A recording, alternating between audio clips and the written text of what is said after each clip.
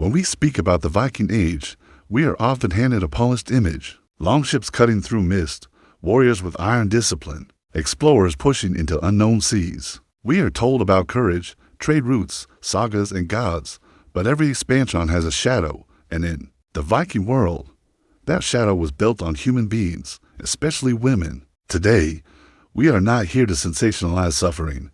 We are here to understand it, to look at what happened without romance, without mythology, and without the comfort of distance. Because if we strip away the legend, what remains is something deeply human and deeply unsettling. The Viking economy was not chaos. It was not mindless brutality. It was structured, organized, calculated. Longships were not cheap ventures. They required timber from mature forests, skilled craftsmen, iron rivets forged by experienced hands, wool for sails, months of preparation. A single expedition represented a serious investment of resources and manpower. Dozens of men, expected profit, chieftains expected return. Raids were not just acts of aggression. They were business ventures, and in that business model, human beings were among the most valuable assets. Gold could be hidden, silver could be melted down, livestock could die from disease, but a healthy young captive, someone who could work, produce, endure, represented renewable value. This is the part rarely shown in movies.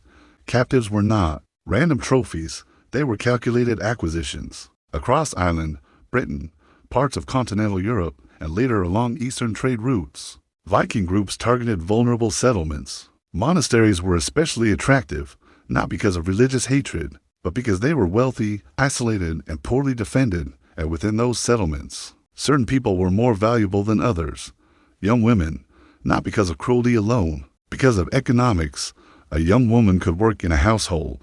She could grind grain, carry water, tend livestock, weave cloth, brew ale, prepare food, maintain fires. She could contribute labor immediately. Over time, she could also bear children who, depending on status and circumstance, might increase a household's labor force. In Norse society, enslaved people were known as thralls. Thralls were property under the law. They had no independent legal standing. Their testimony was not recognized. Their autonomy did not exist. This was not hidden. It was written into legal codes.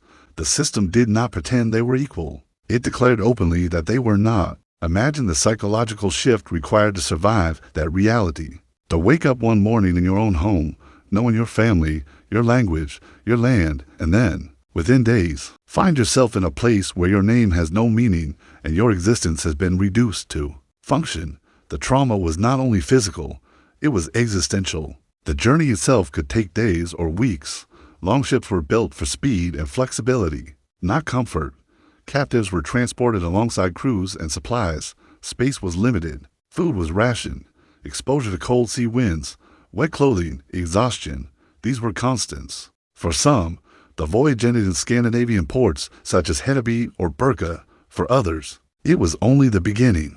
Viking trade networks extended eastward through river systems into what is now Russia and Ukraine, connecting the Byzantine and Islamic markets. Dublin itself became a major slave trading center under Norse control.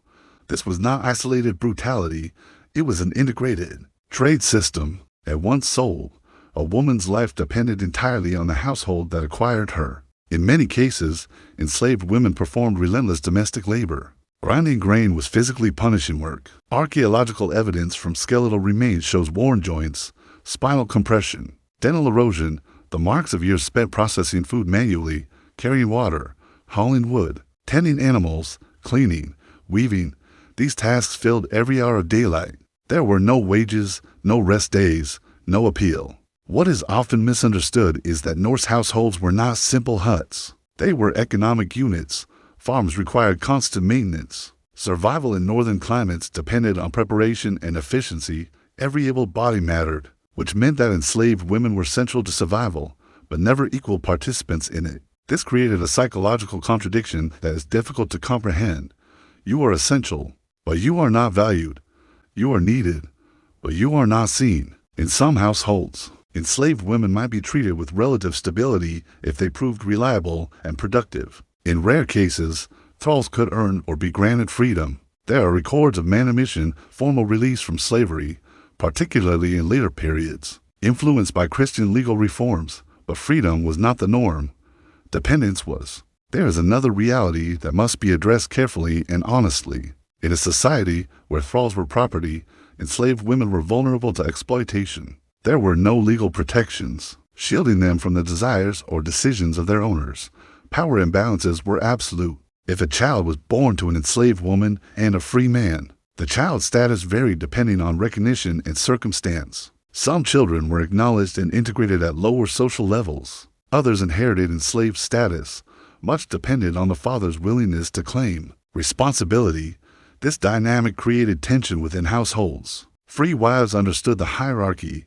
They also understood their vulnerability within it. Enslaved women were beneath them socially, yet physically present inside their domestic space. The emotional landscape was complicated, not simply villain and victim, but insecurity layered over power.